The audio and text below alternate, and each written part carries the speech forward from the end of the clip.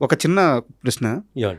మీరు ఇంత స్ట్రగుల్ అవుతున్నప్పుడు నేను 2000 ఎర్లీ స్టార్టింగ్ నుంచి మాట్లాడుతున్నాను. యాహ్! యాహ్! అదే టైం పీరియడ్‌లో మీతో పాటు ఒక వ్యక్తి ఫోటోలు పట్టుకొని, మీతో పాటు మీ చుట్టూ అంటే ఇద్దరు కలిసి గాని, లేదా మీతో పాటు గాని తిరుగుతూ ప్రొడక్షన్ హౌస్‌ల చుట్టూ తిరుగుతూ, ఛాన్స్‌ల కోసం అడుగుతూ చాలా కష్టపడ్డాడు ఇంకో వ్యక్తి. ఈరోజు అతను బిగ్గెస్ట్ స్టార్ అయి ఉన్నాడు.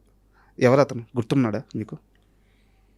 ఎవరంటే చాలామంది తిరిగారు. కమెడియను, హ్మ్. హీరో సునీల్ గారు. సునీల్ గారు. యాహ్! సునీల్ గారు. ఆ! యాహ్! యాక్చువల్‌గా సునీల్ గారి ప్రస్థానం గురించి చెప్పేటప్పుడు అందరూ కూడా త్రివిక్రమ్ గారు వాళ్ళంతా ఉన్నారు కాబట్టి ఇతను చాలా త్వరగా ఛాన్స్‌లు వచ్చని చెప్పి అనుకుంటారు. కానీ సునీల్ గారు ఎంత కష్టపడ్డారో తెలియాలంటే చిత్రం శ్రీనుని అడుగు, చిత్రం శ్రీను చెప్తాడని చెప్పి చాలామంది చెప్పారు. అయ్యో! చాలా కష్టపడండి. ఎక్కడ ఆఫీస్‌కెళ్ళినా కనపడుతుండేవాడు హ్మ్. ఫోటోస్ పట్టుకొని. హ్మ్. నాకేంటంటే నాకు ఎక్కువ ఆఫీసులు తెలిసేవి. అంటే నేను కనుక్కునేవాడిని ఏ ఆఫీస్ ఎక్కడుంది ఏంటి అని. హ్మ్. నేను ఎవరిని చాలామంది ఆఫీసులు తెలియకపోతే నన్నే అడిగేవాళ్ళు. హ్మ్. ఆ సీనుకి తెలిస్తే ఆఫీస్‌లో అడగండి. మంగటి పీసెంట్ దగ్గరికి వెళ్తే ఉంటాడక్కడ అని. హ్మ్. నేను నా రూల్ ఏందంటే నేను ఒక ఆఫీస్ చూపిస్తా. నువ్వు టిఫిన్ చేసే టయానికి వస్తే టిఫిన్ చేపియాలి నాకు. హ్మ్.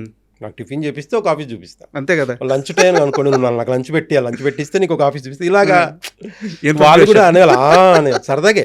అంటే లైఫ్ స్ట్రగుల్ తెలియకుండా వెళ్ళిపోయిందండి. హ్మ్. అలా ఏ ఆఫీస్ దగ్గరికి వెళ్ళినా సునీల్ గారు కనపడేవాళ్ళు. చాలా సందర్భాలు కనపడ్డారు. మేము ఇద్దరం రామ్ గోపాల్ వర్మ గారిది సుమంత్ గారితో ఒక సినిమా అండి. హ్మ్. అప్పుడు శోభన్ గారు ఉన్నారు లేరు ఇప్పుడు. ఆయన బాగా నాకు చాలా ఇష్టం అండి శోభన్ గారు. అయితే ఆడిషన్కి వెళ్ళామండి. వెళ్తే చాలామంది ఉన్నారండి. సో అలాగా దాంట్లో అలాగా ఆడిషన్స్ ఫస్ట్ రోజు చేసాం, తర్వాత రెండో రోజు చేసాం. అలా అలా అలాగా ఫిల్టర్ చేస్తే ఫైనల్కి వచ్చిందంటే సునీల్ గారు ఉన్నారు, నేనున్నా, ఫైనల్లో ఉన్నాం మేము ముగ్గురు నలుగురు అంతే. హ్మ్. అప్పుడు రంగోపాల్ గారు నాతో మాట్లాడారు. అప్పుడు నాకు కూడా లాంగ్ హెయిర్ ఉంది అప్పటికి కూడా. హ్మ్. అనుకున్నారు. శోభన్ గారేమో డన్ సీను నాకు తెలిసి మంచి క్యారెక్టర్ పడేలా ఉందంటే చాలా థ్యాంక్స్ అండి. ఆ తర్వాత ఏమైందంటే చిన్న బ్రేక్. అదేంటి బ్రేక్ వచ్చింది, ఏంటి షూట్ జరగట్లేదా, ఏంటి మనం సెలెక్ట్ అవ్వలేదు అని కథ మారిపోయింది. ఫస్ట్ అనుకున్న కథ కాదు, తర్వాత ఏదో కథ మారింది. తర్వాత విలేజ్ బ్యాక్డ్రాప్కి వెళ్ళాము అది అన్నట్టు తెలిసిందండి. హ్మ్. ఇంకా నేను మళ్ళీ ట్రై చేయలేదు, ఇంకా దాని జోలికి వెళ్ళలేదు. ఇంకా ఎందుకంటే చాలా కథ మారిపోయాక మనం ఉండిపోవచ్చని ఒక ఆలోచన లేము కూడా మనం సెలెక్ట్ చేయాలి. సునీల్ గారు సెలెక్ట్ ఆ సినిమా కోసం సునీల్ గారు ట్రైన్లో బాత్రూమ్ నుంచి జర్నీ చేశాడు. అవునా? ట్రైన్ బాత్రూంలో జర్నీ చేశాడు సునీల్ గారు. అసలు అంటే అంత స్ట్రగుల్ చేశారు. చాలా స్ట్రగుల్ చేశాడు సునీల్ గారు. అమ్మో అస్సలు నేను చూసా లైవ్. హ్మ్. లేకపోతే అంత ఈజీగా రాదండి అస్సలు. బో చాలా స్ట్రగుల్. చాలా ఫుడ్డుకి లేకుండా అంటే ఉన్నదాన్నే ఎలా షేర్ చేసుకునేవాళ్ళు. ఆయన త్రివిక్రమ్ గారు వాళ్ళు, ఆర్పి పట్నాయక్ గారు అందరూ ఒక రూమ్లో ఉండేవాళ్ళు.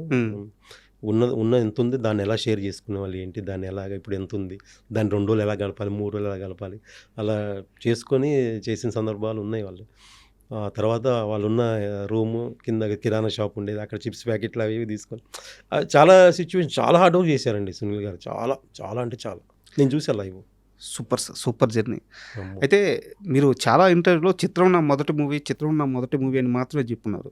బట్ ఆ సినిమాలోకి మీకు ఎలా అవకాశం వచ్చిందో ఎక్కడా చెప్పలేదు. ఎందుకంటే చిత్రం సంబంధించి ప్రతి ఆర్టిస్ట్‌ని తీసుకోవడం కూడా బడ్జెట్ లేకుండా ఎవరైతే కొంచెం తక్కువ బడ్జెట్‌కి వస్తారో వాళ్ళని ఈవెన్ హీరోకే సరైన బడ్జెట్ లేదు. లేదండి, బడ్జెట్ పరంగా తీసుకోలేదండి.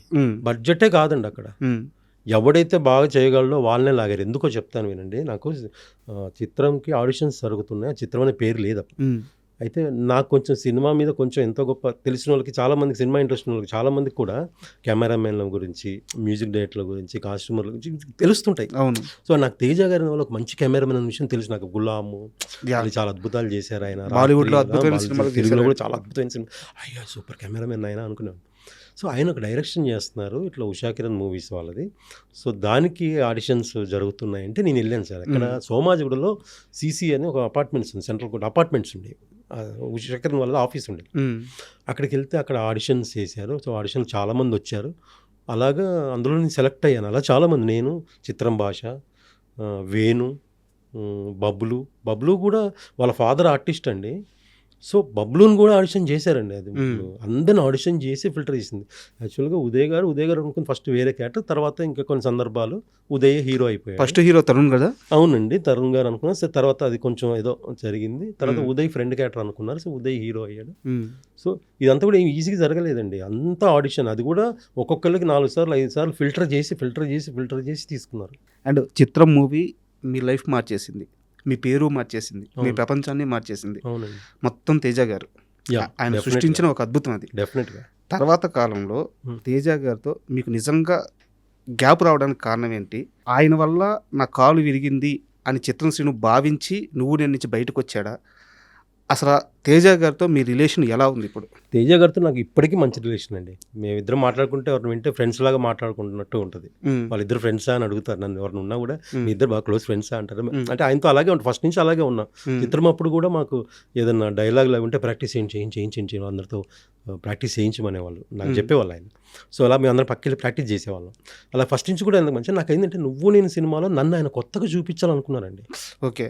అస్సలు ఆయనకి నాకు ఏమి ఇది లేదండి. ఆయన అనుకుంది వీడిని కొత్తగా ఏదైనా చూపిద్దాం, వీడిని బాగా చూపించాలనే ఉద్దేశంతో నాకు బెనర్జీ గారికి ఒక క్యారెక్టర్ అనుకున్నారండి. యాక్చువల్గా అదేదో ఇంగ్లీష్ ఫిల్మ్లో ఉందంట, నాకు కూడా తెలియదు. నేను బెనర్జీ గారు ఒకటే లాంటి డ్రెస్సు, ఒకటే లాంటి హెయిర్ కట్, ఇద్దరం కూడా ఒకేలాగా బిహేవ్ చేస్తుంటాం. సిగరెట్ వెలిగించిన ఒకేసారి వెలిగిస్తాం, గీక్కున్న ఒకేసారి గీక్కున్నాం, చూసిన ఒకేసారి, ఇద్దరం ఒకేసారి బిహేవ్ చేస్తూ ఉంటాం. ఏం చేసినా ఆయన యాక్చువల్ ఆయన లారీ డ్రైవర్, లారీ వెనక నేను కూర్చున్నా, ఇద్దరు ఒకేసారి చేస్తూ ఉంటాం ఏ పనైనా. సో అలాగే ఒక క్యారెక్టర్ డిజైన్ చేసుకుని అలా చేశారు. సో అలాగా ఫస్ట్ రోజు షూట్ ఏంటంటే సార్, నాకు ఫిలిం నగర్లో గెస్ట్ హౌస్ ఉంది కదండి, ఆ గెస్ట్ హౌస్ దగ్గర షూట్ యాక్చువల్గా జరిగింది. అంటే అది మిస్టేక్ అని కూడా కాదు, ఆ షాట్ ఏదైనా ఫస్ట్ షాటే అండి. ఫస్ట్ షాట్ ఏంటంటే సినిమాలో హీరోయిన్ అనిత గారు ఆటో ఎక్కి వెళ్ళిపోతూ ఉంటే మేము బిల్డింగ్ పైనుంచి చూసి హీరోయిన్ వెళ్ళిపోతుందని చెప్పి అక్కడి నుంచి దూకి పరిగెడతాం హీరోయిన్ వెనకాల. ఆ షాట్ ఫస్ట్ షాట్ ఏంటి, దూకే షాట్ చేశారండి. సో నేనేంటే ఓకే రెడీయా, నువ్వు రెడీ, హార్స్మన్ బాబు గారు ఫైట్ మాస్టర్, ఓకేనా డన్, తేజ గారు డన్ చేసేస్తాడు సీను అని అంటే అంత నేను కూడా కాన్ఫిడెంట్గా ఉన్నాను సార్. సో ఏమైందంటే కింద కెమెరా పెట్టారండి, కెమెరా ముందు ఒక మార్క్ వేసారు, ఆ మార్క్లో దూకి రోల్ చేయాలి, పక్కకి వెళ్ళిపోవాలి. ఎందుకు రోల్ చేసి పక్కకి వెళ్ళిపోవాలంటే సేమ్ అదే పాయింట్లో బెనర్జీ గారు దూకుతారు. కరెక్ట్, సేమ్ అదే పాయింట్లో బెనర్జీ గారు దూకుతారు. సో నేను బాగానే రెడీ సార్ అన్నాను, ఎయిర్లో ఉన్నాను, అది దగ్గర 3 ఫ్లోర్, 2nd ఫ్లోర్ అనుకుంటా, అక్కడి నుంచి ఎయిర్లో ఉన్నాక నా డౌట్ ఏముందంటే కింద కెమెరా ఉంది, మార్క్ ఉంది, నేను ఒకవేళ కరెక్ట్ మార్క్లో దూకి రోల్ చేయకపోతే నా వెనక బెనర్జీ గారి పైన దూకేస్తారా, అది ఎయిర్లో ఉన్నప్పుడు వచ్చిందండి ఆ డౌట్ నాకు. సో ఆ డౌట్ అయినా సరే దూకాము, రోల్ చేసాం, పడ్డాం, బెనర్జీ గారు కూడా దూకారు, అంతా క్లాప్స్ కొట్టి అయిపోయిన తర్వాత అప్పుడు అంతా బెడ్లు ఇవి ఉండే అట్టపెట్టెలు, వాటి మీద బెడ్లు వేసి దూకేవాళ్ళం. ఇప్పుడు అంతే వైర్ వర్క్ వచ్చింది. ఆ తర్వాత అయిపోయింది షాట్, అమ్మయ్య బాగా వచ్చింది అనుకుని తర్వాత దిగితే కాలు నిలవట్లేదండి, పడిపోతున్నది, కాలు నిలబడట్లేదు నాకు. ఏందబ్బా ఏం నిలబడట్లేదు చూస్తే ఆ లోపు స్వెల్లింగ్ వచ్చేసి నరసింహ బాబు గారు వచ్చారు, చూశారు, ఇది ఫ్రాక్చర్ అన్నారు. సో అక్కడి నుంచి హాస్పిటల్కి తీసుకెళ్లారు. అక్కడ కేపాలని ఒక హాస్పిటల్ ఉండేవి, అక్కడ తీసుకెళ్ళి కట్టేసి ఆ తర్వాత ఇంకా నేను ఆ సినిమాలో చేయలేదండి, మిస్ అయిపోయాను. అదే నా క్వశ్చన్ కూడా. అయితే చిత్రం శ్రీనుకి నేను ఒక మంచి రోల్ క్రియేట్ చేశాను, ఒక మంచి బిగ్ ఆపర్చునిటీ ఇద్దాం అనుకున్నాను, కానీ శ్రీను ఇంకా చెప్పకుండా సినిమాకి రాలేదు అని చెప్పి తేజ గారు చాలా ఫీల్ అయ్యారు, అది గ్యాప్ కారణమైంది అని విన్నాను, నిజమా? అంటే అఫ్కోర్స్ నిజంగా ఎవరికైనా స్పాట్లో ఒక డైరెక్టర్కి, ఒక ఆర్టిస్ట్ దెబ్బ తగిలిందంటే ఆ బాధ ఉంటుంది సార్, డెఫినెట్గా బాధపడి ఉంటారు. అయ్యో వాడు కరెక్ట్గా ఇప్పుడే కెరీర్ స్టార్ట్ అయింది కదా, ఈ టైంలో పాపం వాడు కాల్ ఫ్రాక్చర్ అయిందని బాధపడి ఉండొచ్చు. సో అలాగే నీకు 6 months బెడ్ అండి, 6 నెలలు నేను బెడ్ మీద ఉన్నా. ఆ తర్వాత మళ్ళీ నాకు ఉషా కిరణ్ వాళ్ళదే ఆనందం సినిమా, నాకు ఓ క్యారెక్టర్ అనుకుని పిలిచారు, నువ్వు ఓకేనా నడుస్తున్నాను సార్, అప్పటికి నడుస్తున్నా. సో ఈలోపు సినిమా అయిపోయిందండి, నువ్వు నేను అయిపోయింది. తర్వాత ఆయన మళ్ళీ 2 సినిమాలు చేశారు, పెద్ద డైరెక్టర్ అయిపోయారు. తర్వాత నాకు మళ్ళీ ఆయన పిలిచి 1000 అబద్ధాల్లో క్యారెక్టర్ ఇచ్చారు, చాలా రోజులు బట్టి నేనే రాజు నేనే మంత్రి ఇచ్చారు. చాలా రోజు అంటే అవునండి, చిన్న గ్యాప్ అంటే నేను కూడా వెళ్ళి కలవకపోవడం కూడా అయ్యుండొచ్చు మేబీ. లోపు ఆయన పెద్ద డైరెక్టర్ అవ్వటం, పెద్దలతో చేయటం, అది కూడా కారణం. అంటే ఎందుకు ఈ క్వశ్చన్ ఇంత లెంత్గా అడిగానంటే, చిత్రం శ్రీను మీ పేరు అంటే మీకు ఇంటి పేరు ఇచ్చేసాడు ఆయన. అవునండి, ఇంటి పేరు మార్చి కొత్త ఇంటి పేరుని ఇచ్చారు. అలాంటి తేజ గారితో శ్రీను గ్యాప్ ఉంది అనేది చాలా మందికి ఈ రోజుకి డౌట్ ఉంది అనమాట. సో దాన్ని క్లారిఫై చేయాలన్నదే నా ఉద్దేశం. అంతే అంతే, క్యారెక్టర్ సెట్ అయిపోయి ఉండొచ్చు అండి, అంతే. సెట్ అవ్వకనే ఇవ్వకపోయి ఉండొచ్చు. నేను మొన్న కూడా ఇప్పుడు జరుగుతున్న షూట్ నెక్స్ట్ ఏదనుకుంటున్నాను, వెళ్ళి మేము కలుస్తూనే ఉంటాను ఆయనకి, మొన్న మధ్య కూడా వెళ్ళి కలిశాను, నేను వెళ్తే మంచిగా మాట్లాడతాను. అంటే ఆయనకు కూడా అనుకోవాలి, ఇది కరెక్ట్గా సరిపోతాడు అంటేనే కదా పిలుస్తాము.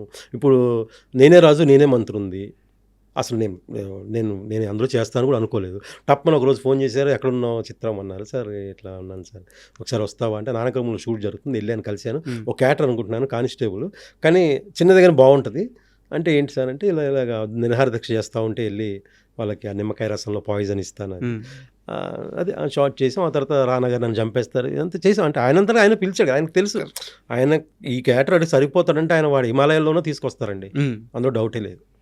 నాకు సెట్ అవ్వక పిలుచుండరు అంతే.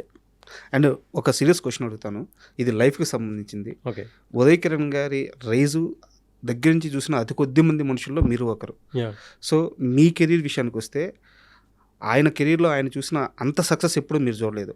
అంత డబ్బు ఎప్పుడు మీరు చూడలేదు. అంత ఫేము మీరెప్పుడు చూడలేదు. బట్ ఉదయ్ కిరణ్ గారు సడెన్‌గా ఆల్ ఆఫ్ సడెన్‌గా అలాంటి ఒక డిసిషన్ తీసుకున్నారు. మీ లైఫ్‌లో మీరు చాలా సార్లు పడ్డారు. చాలా సార్లు లేసారు. ఏ నిర్ణయము మిమ్మల్ని ఇంత కాన్స్టెంట్‌గా, ఇంత స్థిరంగా ఉంచగలిగింది? ఎందుకు ఉదయ్ కిరణ్ గారి ప్రస్తావనే నేను రెఫరెన్స్‌కి అడుగుతున్నానంటే, అంటే అంత పెద్ద స్టార్ కూడా మెంటల్‌గా డౌన్ అయిపోయే ఇండస్ట్రీ మనది. సో, చిత్రం శ్రీను కష్టాల నుంచి నిలబడడానికి కారణం ఏంటి? సార్ అంటే నేను కారణం కూడా కాదు. ఆ బలం ఏంటి? ఆ బలం అంటే అది ఆ సినిమా మీద ఉన్న ఇష్టం అండి. సినిమానే కాదు ఎవడైనా ఏ పని చేయాలనుకున్నా చిన్న లైఫ్‌లో నేనెప్పుడూ రియలైజ్ ఉంటాను సార్. రియాలిటీలో ఉంటా. అంటే ఏ పని చేయాలనుకున్నా అప్ అండ్ డౌన్స్ కామన్‌గా ఉంటాయి. అది సహజం. ఈరోజు కొంచెం డౌన్ అయ్యాం గదా అని బాధపడి డిప్రెషన్‌కి వెళ్ళిపోవద్దు అస్సలు. మనం అసలు ఫీల్ అవుద్దాం. అవును ఈరోజు నేను వచ్చినప్పుడు ఏం లేదు కదా! మళ్ళీ కొడతాం గోలు అని మళ్ళీ అక్కడి నుంచి మళ్ళీ మనం గోల్ కొట్టడానికి ఏం చేయాలో అది చేయాలి తప్ప రాంగ్ స్టెప్ మాత్రం వేయొద్దు. ఇప్పుడు అదే ఉదయ్ గారు చేశారు. అలా అవ్వకుండా ఉంటే ఈరోజు ఇంకా ఏమేమి జరిగాయో ఇంకా మంచి మంచి ఏమన్నా వచ్చాయో మంచి సినిమాలు వచ్చాయేమో. బతకడానికి చాలా మార్గాలు ఉన్నాయి కదా సార్ ఇండస్ట్రీలోనే. కరెక్ట్. మనకి సినిమానే ఇష్టం కదా! ఏదో ఒక ప్రోగ్రామ్ జడ్జికి వెళ్ళినా కూడా ఎంతో కొంత ఫేము డబ్బులు ఇప్పుడు అలా ఉంది కదా సార్. అవును. అప్పుడంటే ఇంత స్పాన్ లేకపోవచ్చు కానీ ఇప్పుడు చాలా స్పాన్ ఉంది కదా. సో ధైర్యంగా మనం చేసే నిజాయితీగా చేసుకుంటూ దాన్ని నమ్ముతూ పని ముందుకెళ్ళాలండి. అది అప్ అండ్ డౌన్స్ కామన్. అది లేకుండా లైఫ్ అవ్వదు. ఎందుకంటే మనం వచ్చినప్పుడు అప్పు నుంచి రాలే, డౌన్ నుంచే వచ్చాము. అప్పు చిన్న డౌన్ ఉంటుంది, మళ్ళీ అప్పుకి వెళ్తాం. అది కామన్. అది లేకపోతే లైఫే కదా. అది అర్థం చేసుకున్నాడు ఏ పనైనా చేసుకుంటూ ముందుకెళ్ళచ్చు, ఏదైనా సాధించవచ్చు. నాకు చాలామంది ఇన్స్పిరేషన్ ఉంటారండి. అమితాబ్ బచ్చన్ గారి స్టోరీ ఒకటి, పూరి గారు, చాలామంది ఉన్నారండి. నాకు మన కేఎఫ్సీ చికెన్ తింటాం అతను. నేను అవన్నీ అంటే ఇన్స్పైర్గా తీసుకుంటాను సార్. ఎందుకు చిరంజీవి గారు మధ్యలో హిట్లర్ ముందు చిరంజీవి గారు అయ్యో ఆ తర్వాత మళ్ళీ హిట్లర్ నుంచి మళ్ళీ కొడితే ఈరోజు అన్నయ్య మళ్ళీ పాత అన్నయ్య. ఆ రేంజ్ అంటే మనం నిలబడాలనుకుని ముందుకెళ్తే అది అప్ అండ్ డౌన్స్ ఉంటాయండి. దాన్ని తట్టుకొని వెళ్ళిపోవాలి, దూసుకెళ్ళిపోవాలి రాకెట్ లాగా. దొరికేస్తుంది అది అంతే. సూపర్. అయితే ఉదయ్ కిరణ్‌తో మీకు మర్చిపోలేని ఒక చిన్న ఇన్సిడెంట్ ఇప్పుడు దాకా నేను ఎవరికీ చెప్పలేదు. అలాంటి ఒక ఇన్సిడెంట్ ఏదైనా ఉంటే మాతో షేర్ చేసుకోండి. అంటే చాలా సందర్భాలు చాలా 2, 3, 4 సినిమాలు చేశానండి ఆడితో. అంటే ఇంకోటి మర్చిపోని సందర్భాలు ఏముండవండి. ఎందుకంటే ఎవరికి ఏం చెప్పుకోడండి మనోడు. అదొక చిన్న తనలో కుమిలిపోవటం అది కూడా తనకి అది పాపం ఓపెన్ అవడా ఇప్పుడు? ఎప్పుడు ఏ విషయం ఓపెన్ అవ్వలేదండి. ఏ విషయం ఏది కూడా నాతో అయితే ఏమి షేర్ చేసుకోలేదు. ఏమంటే సరదాగా లొకేషన్లో షూట్లో ఉంటే మాట్లాడతాం, షూట్ విషయాలే మాట్లాడతాం అంతే తప్ప ఏది కూడా చెప్పడు అసలు. అంటే మనోడు అంటే ఉండటమే అలా ఉంటాడు సైలెంట్గా. అదొక సందర్భాలంటే షూట్కి సందర్భాలండి. ఒక సినిమా ఊటీలో చేసాము. అక్కడ బాగా మేము అంటే ఫుడ్ అవి బాగా ఎంజాయ్ చేసాం. అంటే షూట్ సందర్భంగా అంతే. షూట్కి సంబంధించిన మెమరీసే ఉన్నాయి. బయట కలిసిన సందర్భాలు చాలా తక్కువ. ఇప్పుడు క్రికెట్ మ్యాచ్లో అప్పుడు కలిసి ఎప్పుడు సైలెంట్గా ఉండేవాడు. మనోడు సైలెంట్గా ఉన్నాడు. ఏది కూడా వాడికి ఏం చెప్పుకునేవాడు కాదు.